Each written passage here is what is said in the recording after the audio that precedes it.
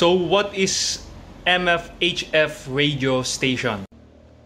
Ito ay isang equipment sa barko para makapagpadala ng messages between vessels at mga shore stations. Ginagamit din ito ng mga shore stations para makapag-broadcast ng mga safety warnings. Higit sa lahat, ito ay magagamit for distress call at pagtanggap ng distress call mula sa ibang barko na magpapabilis ng rescue operations during distress situation. Ang MF ay required sa mga barkong bumabiyahe sa Sea Area A2 at ang HF naman ay required sa mga barkong bumabiyahe sa Sea Area A3.